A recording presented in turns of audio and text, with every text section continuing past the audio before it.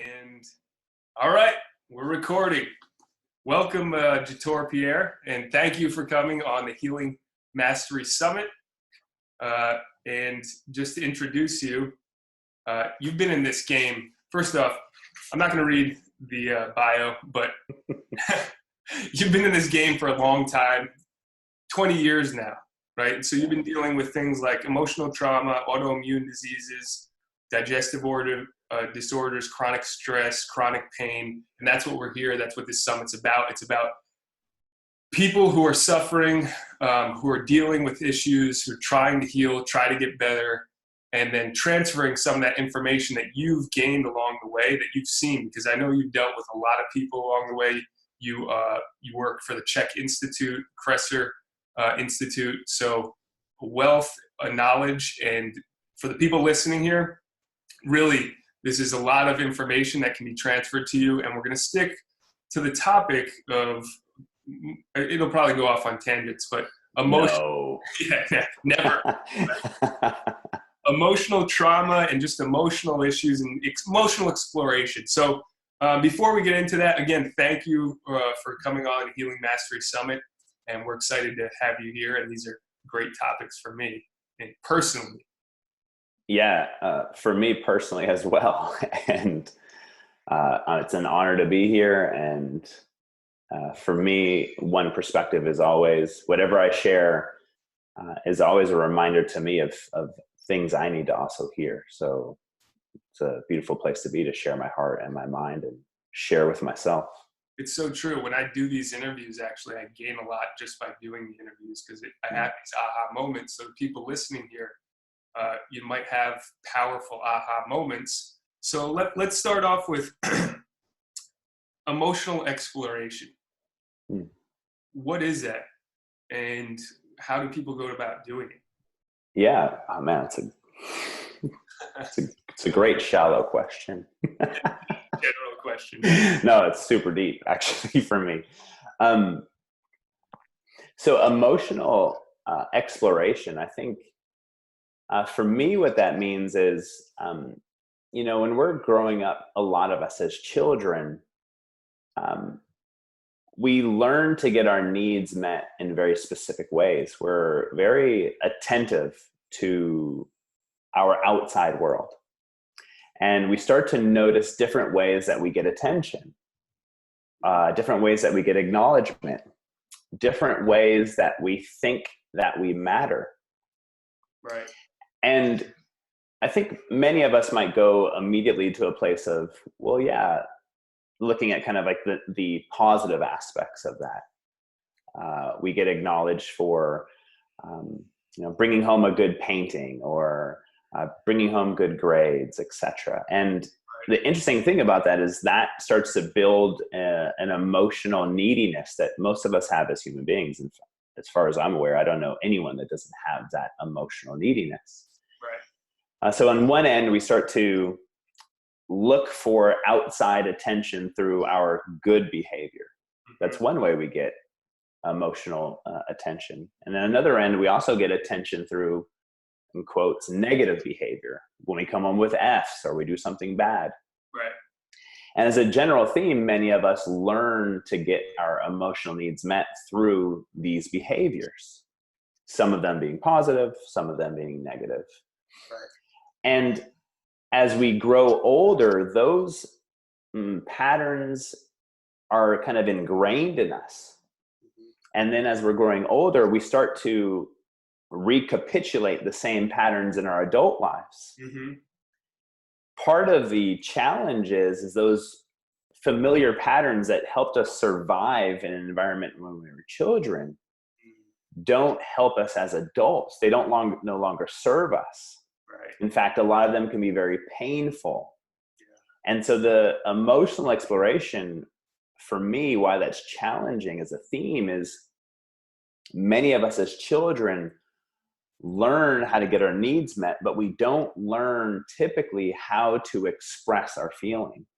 Right. And I don't think this is a gender issue. I think this happens with men and women. That men are celebrated for expressing a category of feelings. Yeah. Women typically are celebrated for expressing a category of feelings. Yeah. Not many human beings are accepted and celebrated for expressing the whole spectrum of feeling. Yeah. So the emotional exploration, why it's hard to get there, is because if we have those patterns from the past that have helped us survive, when we're adults and we start to think, I really want to change this, Yeah. that change also means that we have to open up the spectrum in which we're used to going into. Right. For most human beings, that is extremely scary to do because it's unfamiliar. Yeah. It's unpredictable. We don't know what's going to happen. Yeah. We don't know if we're still going to get our needs met. We don't know if we're still going to get attention. Yeah. Our whole lives could change dramatically, at least in here. Yeah. And in here. Yeah. And we're afraid of that. Yeah. So what most of us do as humans is then we just block it off. Yep. And we don't explore it, and we just kind of we bury it deeper and deeper and deeper and deeper, and these things just bury on top of each other. And then the doctors give you medication. Well said. I mean, when you consider that perspective, if even half of that's true, right? And you consider, okay, well, how many of us are lugging around a kettlebell that weighs 200 kilos of emotional unprocessed pain? Baggage, yeah. Is that going to tire you out? Yeah. Is that going to cause your body pain? Yeah. Is that going to disrupt your gut-brain axis? Yeah. Is that going to disrupt your perception of reality? Yes. I mean, it goes on and on and on. Is that going to disrupt your respiratory mechanics? Yeah. Yes. Is that going to affect your mitochondria and methylation? All that? Yes. Right. It affects on a cellular level, you're affecting the entire body, right? On a cellular level, yeah. This is an awesome topic because I mean, I'm sure everybody's challenged with this, but I had depression growing up. And part of the depression was that I didn't express myself and I bottled everything up all inside. And of course, it didn't come out and it just turned into depression. And so I identify with exactly what you're saying. And then I was put on medication at a young age because of that. And now I'm free of that because of what you're talking about. And so I've done some exploration emotionally. So if someone is in pain or they have bottled things up, like what are some of the first steps that they can take to start to release this and let go, like at least cut the weight of that kettlebell in half, or just get rid of some of it? Yeah, I love that question. I think for me, one of the first steps, and this might sound really cliche, but it's so important. And I think it's often said, but the depth that's held within it isn't often explored.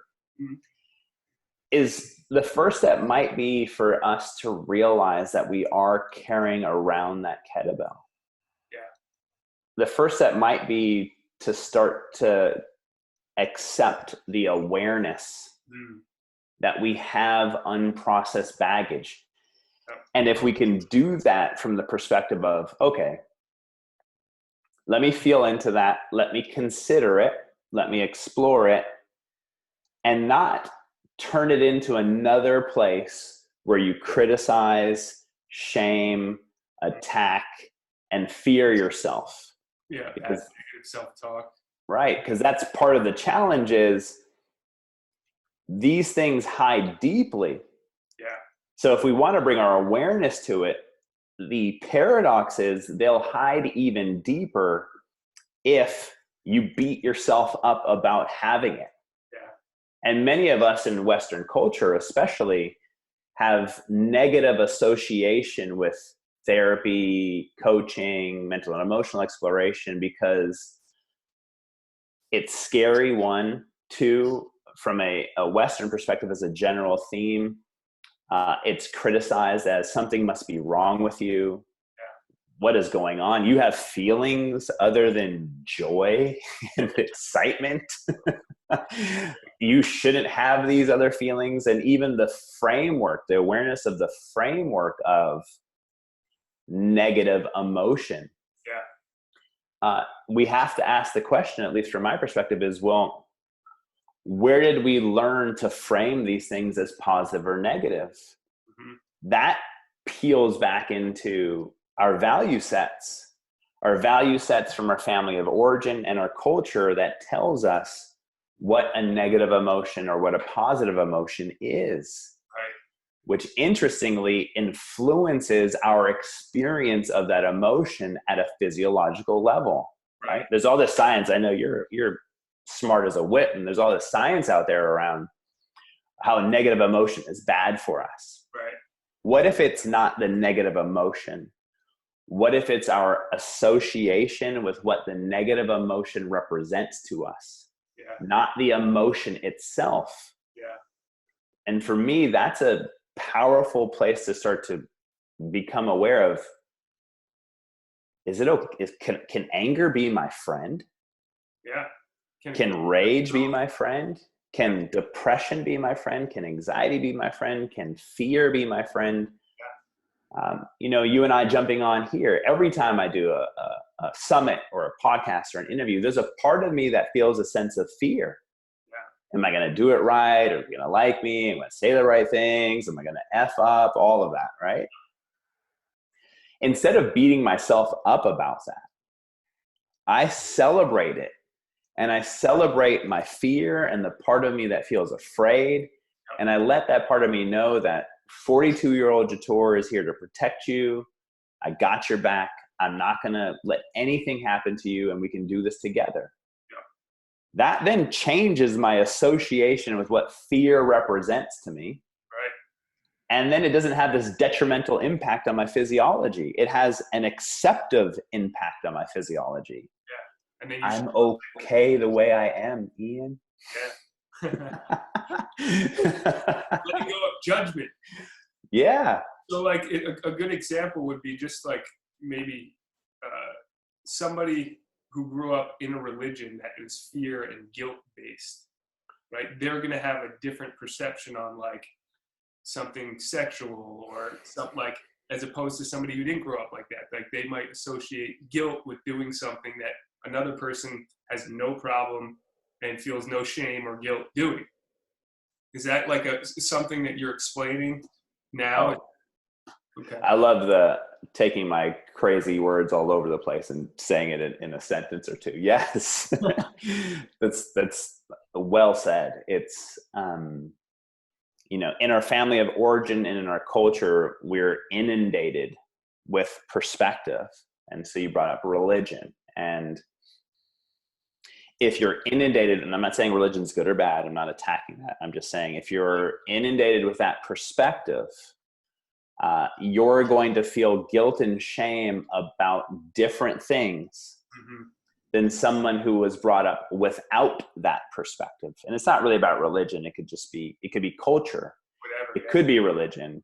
Yeah. I'll give you a very easy example. I like to eat with my hands. Right. And that's something I've taught myself, and I've moved out of my family values around, right? My mom's from Burma and then to England, but the English are very proper. Thank you. So for me, eating with my hands is a joyous, non-shameful, beautiful occasion. Yeah.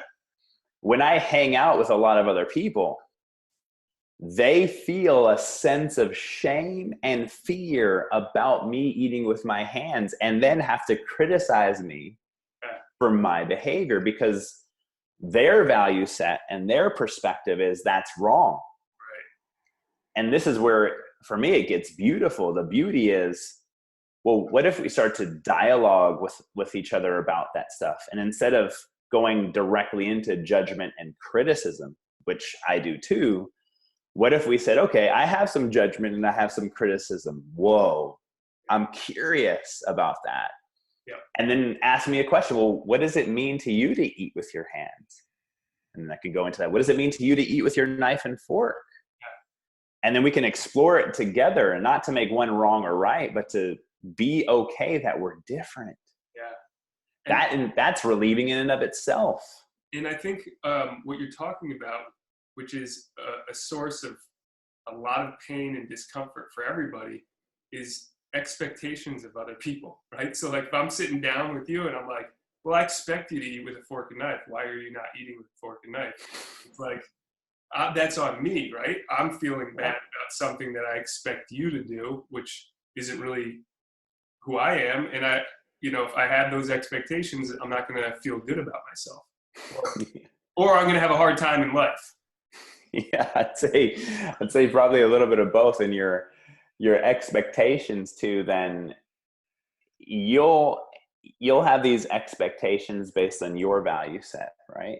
Yeah. And then you'll have your emotional charge about that. Right. What he's doing is wrong. Yeah. Okay. And then you'll need to either hide that from me, or you'll need to overtly share that with me. Right. And most people aren't really well versed in communication. Yes. Most people don't know how to say, yo, Jator, I'm super interested why you eat with your hands. I notice that I'm getting triggered and charged about it. And I'm curious about that. That feeling is mine to own. I'd love to hear why you eat with your hands, because it's quite frankly pissing me off. Right. I mean, if you could have a dialogue like that, it's a game changer, rather than what would typically happen is, why are you eating with your hands? You can't eat with your hands at the table. That's disgusting. And you go into shame and blame. Right. And when we're talking about emotional exploration and an awareness, how much pain do we each feel by, one, shaming and blaming others, right, and two, on the flip side of that, receiving that shame and blame? Mm-hmm. Because back to something that we were talking about earlier, not many of us know that we're not responsible for how other people feel. Right. So then we take responsibility, then we start to beat ourselves up, then we have to defend and prove, and then we get into these arguments. I mean, it's insanity. It's painful and it's insanity. Right. Or like you said earlier, we just swallow it. Yeah. I did that for years, and then it manifested itself in abuse of, alcohol, like, mm-hmm. Which a lot of people do, or drugs, or some other thing. And it's a powerful thing to get a grip of. And I find that, in your experience, how many people would you say are actually doing the work to clear the emotional trauma? Like, people that are listening to this who are wanting healing may not think that emotional work is necessary. They may be looking for supplements or some trick or something like that. So do you see that most people are doing this on their own, or do they need a coach, or they need somebody to help them out? In my perspective, and I'm biased, I'd say, okay, so this is what I do for a living, right? So I have lots of clients, and I run courses, blah, blah, blah. So from that perspective, I have a biased perspective of, oh yeah, a lot of people. Right. But when I get out there and share this, whether it's here or on other platforms, the amount of attention that this type of stuff gets compared to if I was going to talk about Quicksilver Scientific and detoxing, that would get 90% more attention than this. And that, for me, speaks volumes to our fear of ourselves, mm-hmm. and our fear of our vulnerability, right. and our fear of intimacy. To do this work, in my experience, it takes a lot of vulnerability and intimacy to want to get to know yourself. Mm. And in a society where we're not celebrated for who we be, right. We're celebrated for what we do and what we get done and how much we produce, right. And how many signs and symbols we have after our name. Yeah. Well, I don't need to look into that. And the real story is, which not many people are going to say, I'm afraid to look into that. I'm afraid at what I'm going to find. Right. I'm afraid that I'm going to find that a part of me actually benefits greatly from the pain that I keep myself in. And that's why I can't find my way out. Yeah, that makes total sense. So a lot of people are sitting here, or they're in denial maybe of the fact that they have a lot of pain and they don't want to face it. So they cut that part of their mind or psyche off. And it's a survival mechanism, but it's also doesn't serve us, especially today. Would you say that is correct? Like maybe when you had to literally survive and you didn't have food, shelter, water, it served you, but nowadays we don't have those issues. So dealing with this trauma would help. What happens when someone deals with this trauma? Like if they actually face it, what happens to their life? Yeah. So I think you said a lot of really cool things that I want to tap on. From the survival perspective, I think for me, nail on the head, when we look at our ancestors and we think about our kind of negative biases, that would help us survive. If we were in the wild, we would need to look for things that were off to help us survive what was coming. So we have this kind of biases to look for things that aren't right. Yeah. It's kind of, it's almost, I would say it's at our DNA level. Mm-hmm. We're in that survival space. Yeah. And now as a culture, for most of us, we're not in that space anymore, at least technically. Not for most of us. There's still some of us that are in that space. And we're still now in that survival space because of the way that we treat ourselves, because of the way that we perceive our realities, because of work stress, financial stress, mental and emotional stress. Not enough social media likes. Yeah, not enough social media likes. And interesting, there's also portions of society that are still literally in survival mode. And I mean, low income, very hard neighborhoods. When a lot of people criticize what's going on in those neighborhoods, I don't see it as, I don't think we should be criticizing it. We should be looking at the perspective of, it makes sense. Yeah. What would you be doing if you were? What would you be doing if your next meal wasn't guaranteed? Your housing wasn't guaranteed. You weren't sleeping well. You weren't getting really good food. You were under a lot of stress. You would be in survival, and your level of reactivity would be very high because it has to be, because you're in an unsafe environment. Always on alert. Always on alert. So as even some of us that have the opportunity and the money and the time to do that type of self-exploration, we're also in part in that environment based on how we're treating ourselves. That stressor isn't, whether we're living in a very hard neighborhood or we're sleeping like crap and eating like crap and living in a beautiful house, our body doesn't interpret that allostatic load as different. It interprets it as the same. We have to deal with it and navigate it and somehow maintain allostasis. So the benefit, at least from my perspective, around doing emotional exploration is that if we simply look at it from how much stress we carry around, how much of that kettlebell, back to that kettlebell we carry around, and the words that you use, if we cut that in half, then that's a lot less physiological load being diverted to deal with unprocessed suffering, trauma, pain, etc. That energy now can be diverted to healing, detoxification, gut health, brain health, body posture. That energy now is not being diverted and siphoned into all these different directions.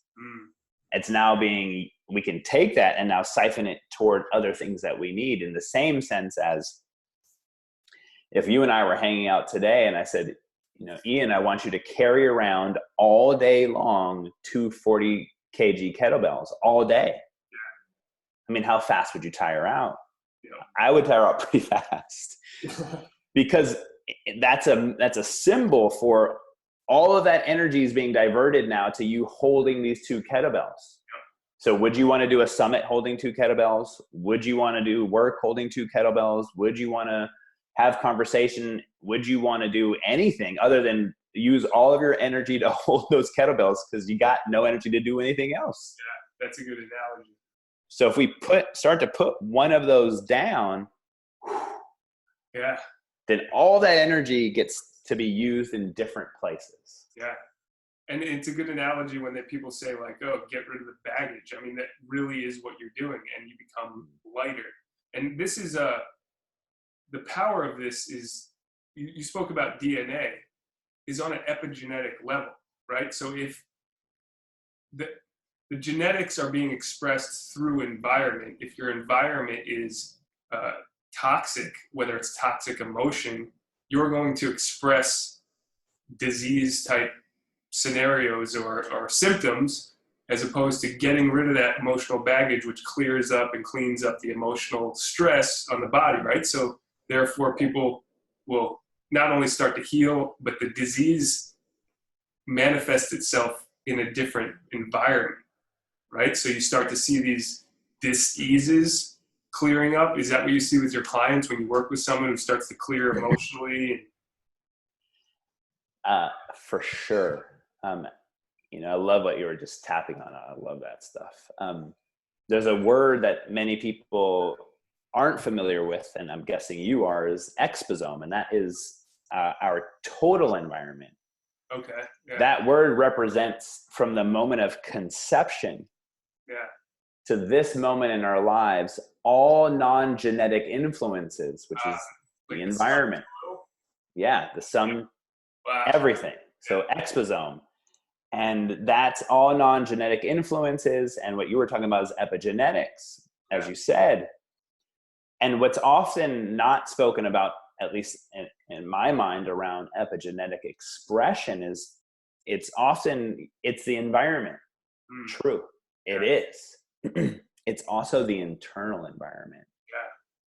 Because our internal environment is typically a reflection of our external environment. How we feel internally about ourselves, how we get our needs met, what we think we deserve, what we think we don't deserve, how we get love, how we get attention. All of those things are internal. And those internal ideas then create the choices and how we live and treat ourselves, which create our external. So then you start to look at the underlying influence, like you were saying, around epigenetics and underlying expression of that. And are those genes turning on and off at all these different areas? I had a client, which this still blows my mind. I can't even believe this is true. Who has MS and had really bad symptoms. And she had done Terry Wall's protocol, and that worked and helped a lot. And then she started to use a lot of work from Chris Kresser, and that helped even more. But still had a lot of symptoms, even though she was 90% better, but still a lot of pain. We literally did 2 emotional sessions, and her pain has been gone ever since. Now, I'm not saying that's me. What I'm saying is that person was open enough to crack open their heart and start to open up that baggage, realize the kettlebell they were carrying, and ask the question, does carrying this kettlebell still serve me? And if it does, why? Right? What benefits do I get from being sick? Most people don't ask that question. And what challenges come with being sick? It's easy to look at the challenge of MS or autoimmune disease or thyroid issues or back pain. And it's easy to say, well, I don't want this. It's really hard to take responsibility and say, maybe I created it. maybe I created it. And as a quick example on that, I had a consult about 4 or 5 years ago with a woman who was in tremendous pain. Yeah. Blown discs, thyroid stuff, gut stuff, surgeries, etc. Had seen all kinds of practitioners, all kinds of integrative docs, all kinds of docs. And in our consult, she was saying she only wanted to do the physical with me. And I said, well, all right, can I ask you one question before the consult was over? Yeah. I said, would you be willing to consider how you benefit from all your pain? She said, that's a really weird question. I said, well, I'm a weird guy. She said, okay. So she calls me back and leaves me a message about 3 weeks later. Yeah. We don't end up working together. She calls me back, leaves me a message 3 weeks later and says, Jator, that was a really strange question that you asked me. And I sat with it and it brought up a lot. Yeah. And I realized that at work, I get special parking. I get to leave at 12 noon every day. I don't have to work a full day. My husband does all the cooking. He does all the shopping. My husband takes care of me. And I also get a lot of people coming around to take care of me all the time. Right. And in that moment, she said, I'm not ready to give that up. Mm-hmm. That's powerful. Yep. Even though, go ahead. Anybody listening to this could use that question for themselves to just explore the emotional part of why they are where they are. And that, I love that. And that is a punch in the face, which is why most people don't want to even want to consider it. Most people will hear that question who aren't coaching with me and say, he's crazy. That is absolute BS. There's no way that I want this. And I'd say, okay, just consider it. I can say from my personal experience in having health challenges, when I explore and look back, I know the thoughts. I can literally string the thoughts that caused the reaction of what I had. And so I know it's true for me. Like, I know that I am responsible. Although there was other factors, like, not knowing that some medication was poison, but I still am responsible. And we were talking about the pain, like, can anger be my friend? The depression was one of the best things that happened to me. So, you can find the light that comes from the darkness, right? And so maybe people listening to this that are in need of healing, they can use that question. Is there any other powerful questions that might release the darkness or expose more of the light? Yeah, there are. And caveat to asking these questions. Because so many of us are used to shaming and blaming and criticizing the outside world. Yeah, I love doing that. So do I. When we start to ask these questions and find these type of answers, we might start to then turn that inwardly. The purpose here isn't to then shame, blame, and criticize yourself. Right. The purpose here is to become aware and start to offer yourself compassion, empathy, and understanding for why you do what you do. And that's a super important twist. So other questions, how do I benefit from this is probably for me the most powerful one, especially around pain and disease, etc. What part of me benefits from this? Yeah. What emotional needs are being met? Where did I learn this behavior? Where did I learn to get attention this way? Yeah. How old was I? Right. When I'm feeling sick, overwhelmed, and angry about it, how old do I feel? That's a powerful one. Another powerful one. For me, another powerful one is it possible that I'm emulating one or both of my parents? Is this a pattern that I learned from watching them? I have lots of clients that take on their parents' patterns to get acknowledgement and to fit in with their parents. Back to this idea of epigenetics. Yeah. let's just say you have a family that everyone's obese in the family. Yeah. And we have physiological reasons, we have epigenetic reasons, we have genetic reasons, all of that. We have emotional reasons too. Right. What's interesting about being a part of a family in that sense is many of us will feel a sense of shame and or fear if we get lean and we're no longer a part of the family and how the family moves through life. Right. All of a sudden we're different. Yep.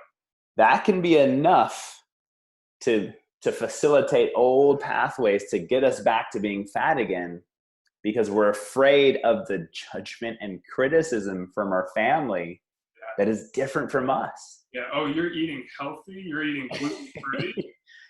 What do you do? Yeah. Who are you to get better? Who are you to feel good? Who are you to get lean? Who are you to not be part of the family? I mean, these are powerful places that people typically don't look. And it's not just family of origin, then it's also thinking about intimate relationships and partnerships. Yeah.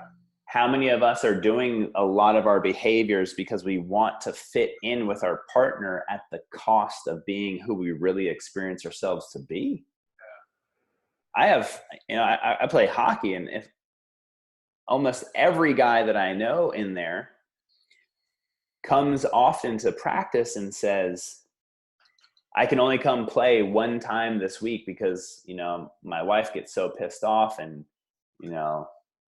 she's just angry at me if I play more than that. And I'm not making this about the wife. What I am saying is, what they're really saying is, I am a little boy and I haven't learned to represent myself. Mm-hmm. And I don't have a wife, I have a mother. Right. And that flip-flops. Yep. So when we start to look at that too, I mean, this starts to get... you turn your wife into your mom, and then what happens? Right? And then what happens? Yeah. So, or you start to turn your husband into your son, or your husband into your father. Yes. And these are the dynamics that are being played out predominantly, right? I mean, I would say, again, I'm biased, but I mean, these things are programmed into us because this is how most people function in life. Yeah. So these are our models. And, what school did you ever go to where they modeled how to communicate? Where they modeled how to notice your self-talk? Where they modeled compassionate communication? Where they modeled what healthy functional relationships might look like? Nowhere. I can't think of one. Yes. I've never heard any of that until I started. Either have I. Yeah. I know there's other cool schools like Steiner and etc. Right. But those things aren't deeply modeled there either. Right. And this is our awareness of communication with the outside world is a direct and literal mirror for how you talk to yourself internally. Totally. If you are overt or subtle and attacking and blaming and shaming and critical and angry and hateful and all those things outwardly, mm-hmm. I don't make many guarantees. I guarantee you are doing that to a part of yourself inside of you.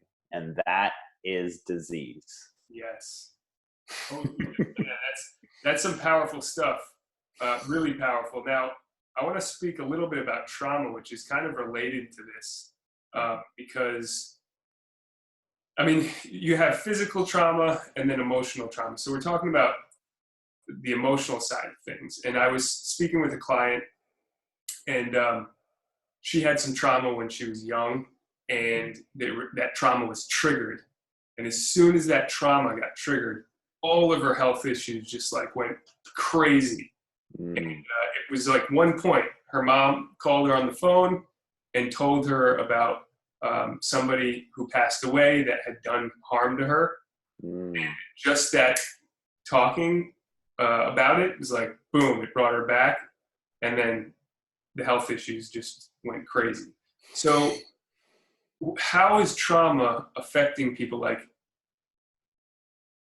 if something happened to you when you're younger and you don't address it. Mm. Is that the same thing we're talking about before, or are we talking about something different? Yeah, I would say it's the same thing that we're talking about with your client. Yeah. So what I heard in essence is that this client had been numbing out this pain for a very long time. This is one reason why people don't want to do exploration, Right. because we numb things deeply out. Yeah. And that's that burying process. Yeah. So let's just say she numbed it out to survive. Mm-hmm.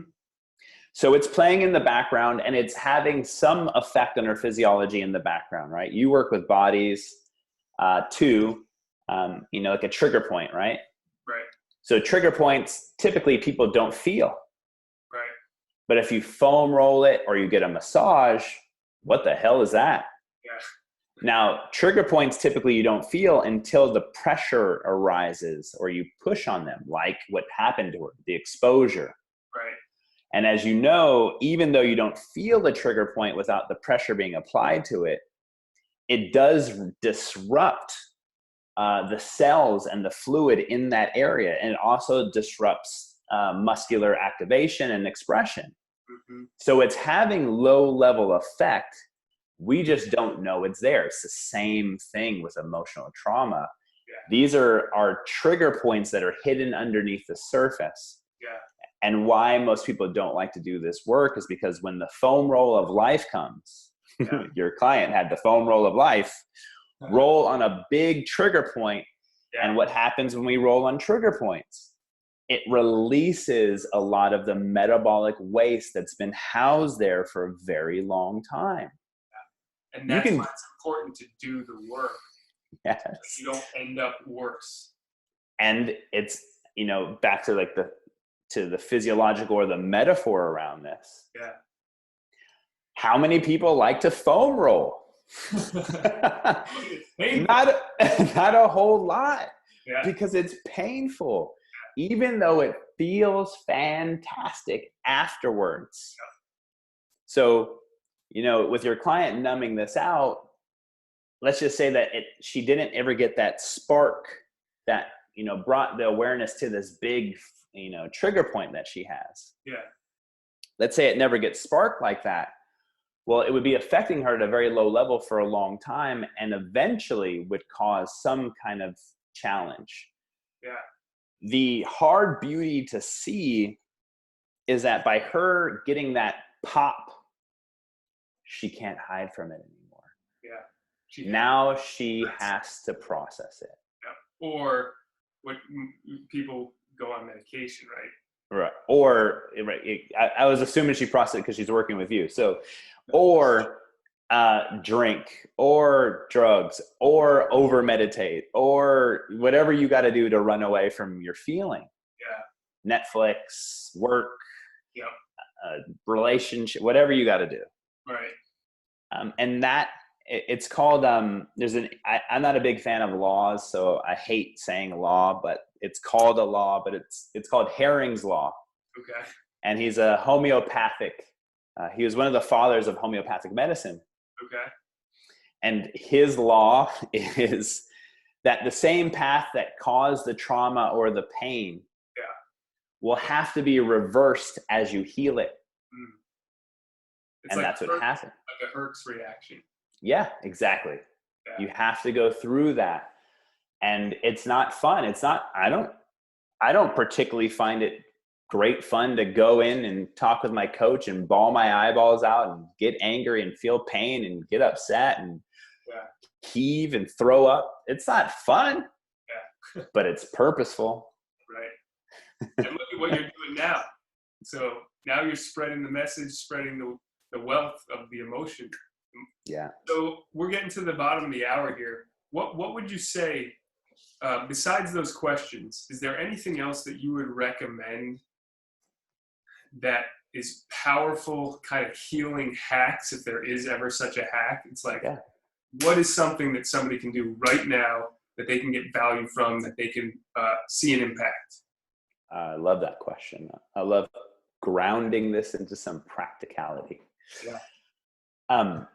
Yeah, first thing that popped in is there's no wrong or right way to do this. First thing.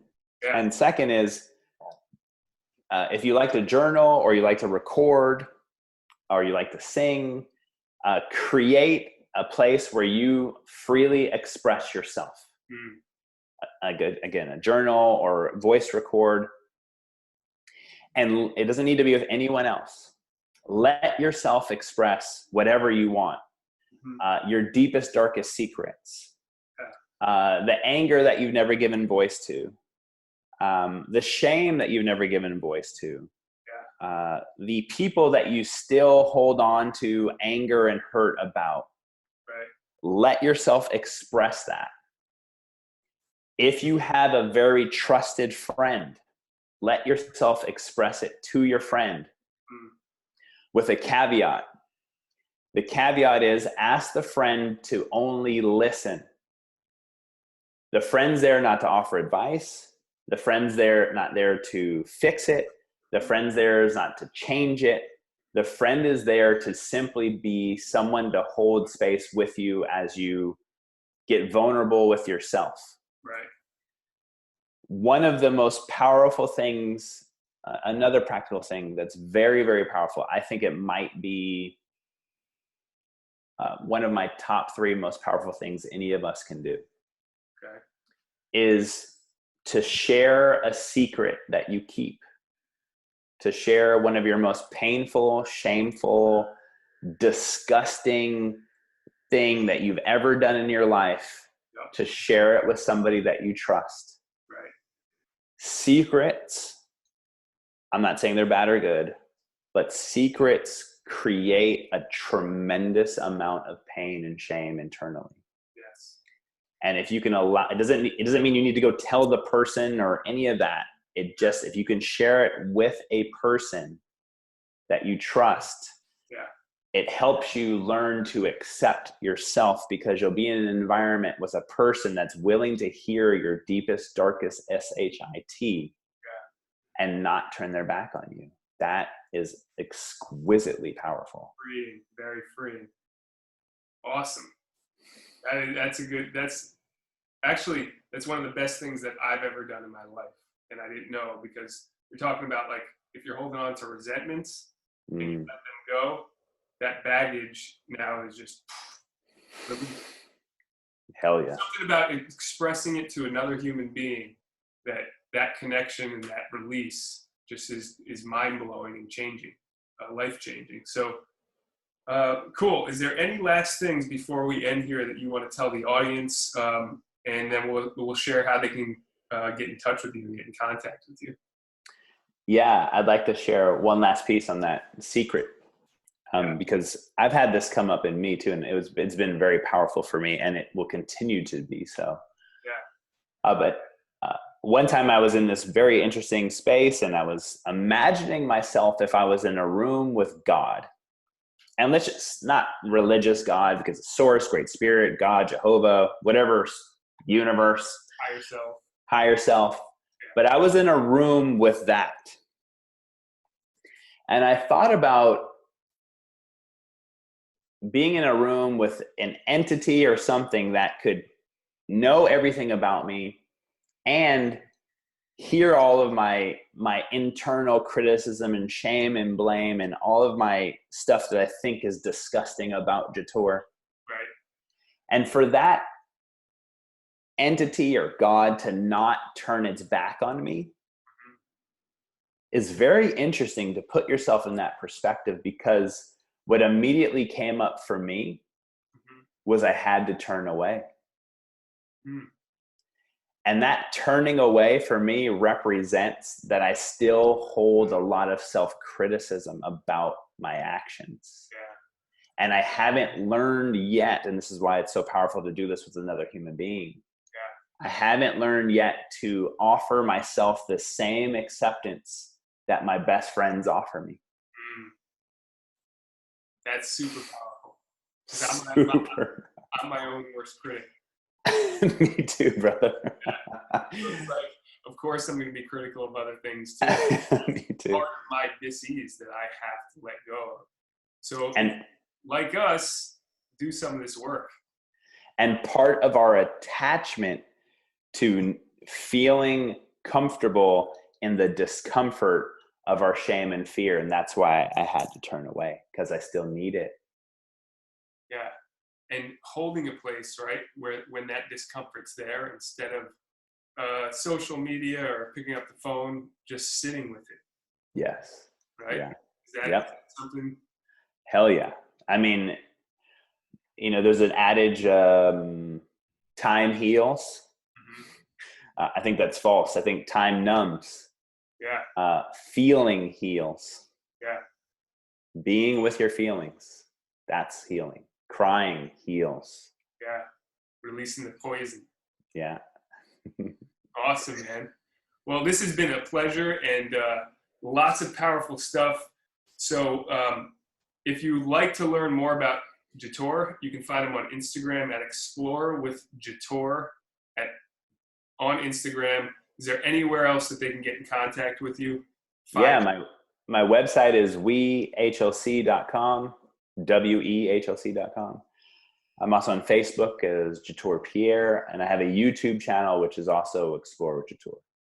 And I do know how powerful his work is, because my sister has gotten coaching from him, and actually my nephew as well. So you've almost coached my whole family, and awesome. And your parents. That's right.